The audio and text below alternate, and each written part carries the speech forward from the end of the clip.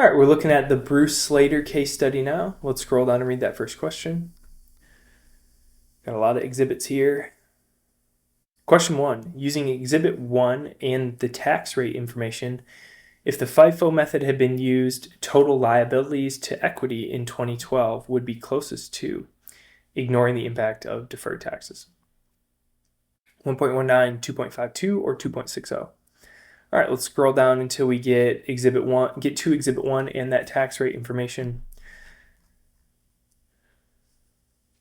Bruce Slater, CFA, is an equity analyst analyzing Howard Corp, a U.S.-based steel pipes manufacturer.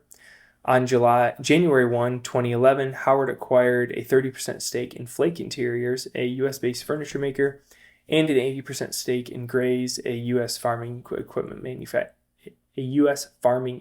maker. Flake operates in a highly competitive environment and has been forced to reduce inventory levels to cut production costs. Flake is finding it difficult to cope in this increasingly extreme environment and has determined that it will need to redesign its production process to keep up with the evolving production techniques. Furthermore, the major input price of wood is rapidly rising due to environmental regulations limiting deforestation activities. The applicable tax rate is 30%, so I think that may be helpful for us, and is forecasted to rise to 35% next year in 2013. We're looking at 2012 though here, so we'll be using that 30% tax rate. Selected financial information on the company is presented in Exhibit 1. Flake Interiors uses the LIFO inventory accounting method and prepares and presents its financial statements following US GAAP. So we're using LIFO currently, so we're going to need to make an adjustment for FIFO since that's what we are wanting to look at here. If FIFO method had been used. Sorry, a lot of scrolling here. If the FIFO method had been used, inventory would have been higher by 0.9 million, 1.1 million, and 1.2 million than reported on December 1st, 2010, 2011, and 2012. So our FIFO is going to be 1.2 million for 2012, which is the year we're looking at. The breakdown of Flake's inventory is presented in Exhibit 2.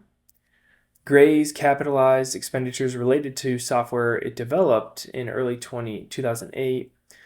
Okay, so I don't think any of this information is relevant. Let's move down to the exhibit and then pull in what we need. So we're gonna have right now we have that what we're gonna need to adjust FIFO by, and then that's gonna be added to our retained earnings. But we are gonna need to tax that. So we're gonna take 1.2 million, tax at 30%, and then we're gonna need to add that to our equity side, and then we're gonna need to compare that to the liabilities. So in Exhibit 1, we have our liabilities at $5,200, and then our total equity at $1,220, and that's for 2012. So essentially, we need to take 1.2 million, tax that at 30%, and then add it to the equity piece, and then compare that to the liabilities. So here's what that will look like. So our liabilities is going to be $5,200, equity is $1,220. And then we're going to increase our retained earnings by the $1,200 minus what we would have been taxed, which is $840. So we get liabilities to equity of $5,200 divided by $1,220 plus $840 gives us 2.5243, which if we round to 2 decimals, we'd be at answer B. Question 2. Using the information in Exhibits 1 and 2, which of the following statements most accurately justifies the change in inventory balance between 2011 and 2012? All right, so we heard a little bit about the inventory change up here. So it talked about operating in a highly competitive environment and reduce inventory levels to cut production costs. And we have some information on environmental regulations here. But it says we want to be looking at Exhibits 1 and 2 and looking at the inventory breakdown. So inventories increased pretty substantially from 2011 to 2022 or to 2012. We're up close to 50% or so. And then, but we are seeing a decrease in raw materials work in progress. And then we have a big increase in finished inventory as well. So that's breaking down the inventory a little bit more in depth. We've got the total numbers down here. So what is this kind of signaling to us? We have increases in inventory, but decrease in raw material and work in progress. So we're making less inventory, but we saw a buildup. So essentially what this is telling us is we're seeing a lot less demand for our products and we're selling a lot less. So what is that? Let's look at these answers here. So A, Flake anticipates an increase in future sales. That's going to be incorrect. If we saw an increase, if we wanted to see an increase in future sales, we would be have more raw materials and work in progress likely, and we would be seeing more demand for our products. So the finished goods inventory and inventory wouldn't be kind of building up. B, Flake anticipates a decline in future demand. That could certainly be our answer since we're making less of our inventory and we're seeing a buildup. So obviously in the past there's been less demand, so we might be also anticipating less demand in the future. And then C, higher wood prices have raised inventory unit prices. There's no kind of information on that in here, and we can't really imply that based on anything. Our cost of sales had modest increases, which would be the cost of goods sold.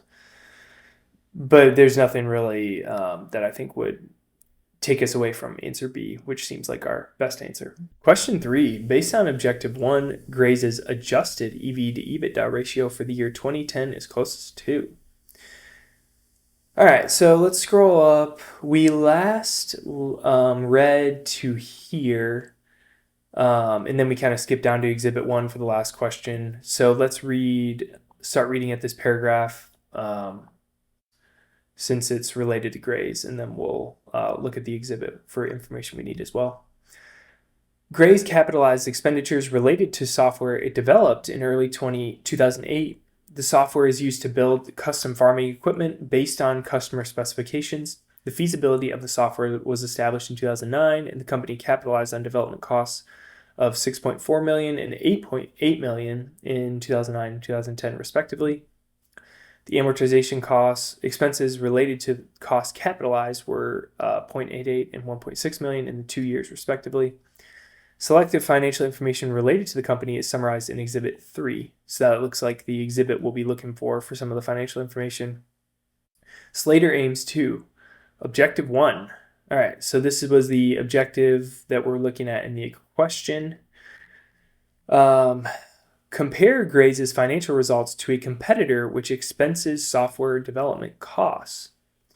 Okay, so this is where the adjustment to the enterprise value and EBITDA is going to come into place because they capitalize the costs of $6.4 million and $8 million. That's going to flow through to EBITDA differently than if we were to expense these.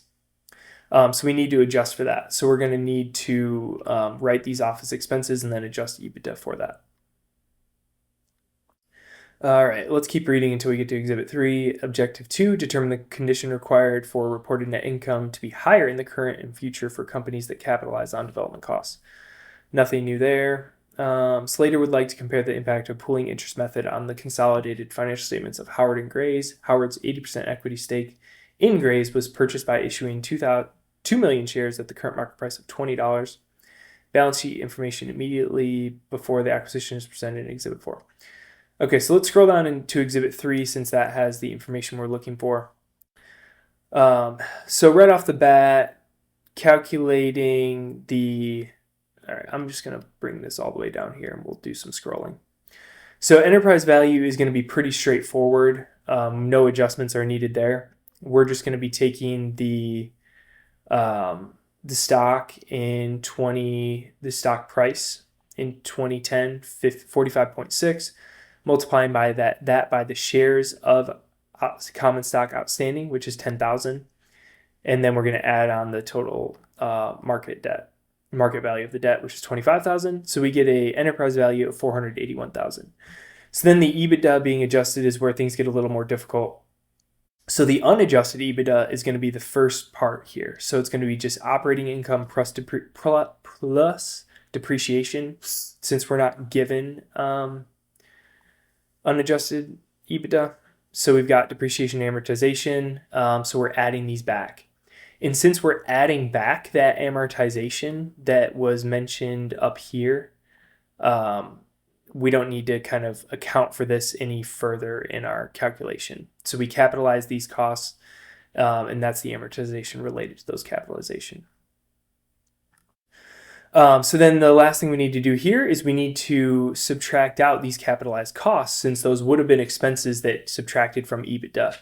So we need to subtract out 6.4 million and that 8 million to get our adjusted EBITDA number. So that's what that ends up looking like. We get 10,500. So then our adjusted EBITDA is just taking those two numbers, 481 divided by 10,500, and we get 45.8095, which if we round that, we will get answer C. Question 4. Ignoring non-controlling interest, the impact of the pooling method relative to the acquisition method on the consolidated financial statements of Howard and Gray's. The debt-to-equity ratio is most likely unaffected by choice of method, 0.1775 times lower when using pooling, or 0.079 times higher when using pooling. So let's read up here. I think we left off. I think we read this, but it is relevant information for this question. So let's read it again. Slater would like to compare the impact of the pooling interest method on the consolidated financial statements of Howard and Gray's. Howard's 80% equity stake in Gray's was purchased by issuing 2 million shares at the current market price of $20. Balance sheet information immediately before the acquisitions is presented in Exhibit 4. So we're going to be using some of this information plus the information in Exhibit 4 to calculate these. So essentially we need to calculate liabilities, which is going to be the same under both scenarios. So it's just going to be 330 plus 110,000. So that's going to be the same under both pooling and acquisition method. And then let's walk through the differences on those two methods to calculate the equity portion. So for that equity portion, put it right here. So we've got the same thing for liabilities. Equity on pooling is going to be pretty straightforward. So essentially we're going to be just adding all 6 of these items here up. So we've got our 100,000, 110, 15 on the Howard Corporation side. And then the 10,000, 8,000, and 7,000 on this Gray side. And then we also need to add in the $2,000 of new equity. So this was the common stock per $1 of par value. This is just prior to the acquisition. So then we need to account for the 2 million shares at $1 post-acquisition, so new shares.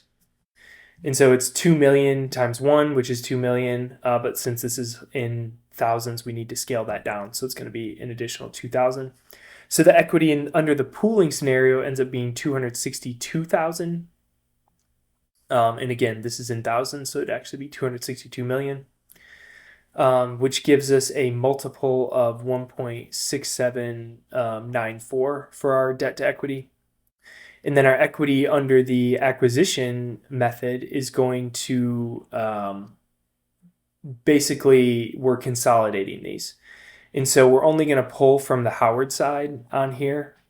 And then we will pull the equity from Gray's, but we're not going to include the additional paid-in capital and retained earnings. So we're going to have those. We're also not including the equity here. So we're going to have equity in the acquisition. We're going to have all 3 of those items from the Howard side of the book. And then we're going to add in those new shares issued. And then this 38,000, however, does include the additional paid-in capital from the new shares.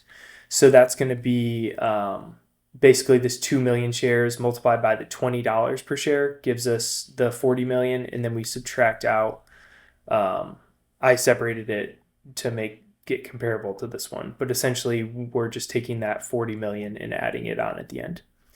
So it's more consolidated under the acquisition method. So we get 275,000 there. I didn't do the math on this one yet, so let's do it on the fly. So for this one, we're going to be 440, and that's going to be divided by 275, which is going to equal 1.6. So we're looking at 1.679 in pooling versus 1.6 multiple in acquisition. And so we've got unaffected. We are affected since it's going to be different. 0.1775 times lower, we're higher under pooling. So we can rule out B as well. And then 0.079, if we subtracted these out, we'd see that we get that. So we're a little bit higher under the pooling method. Answer C.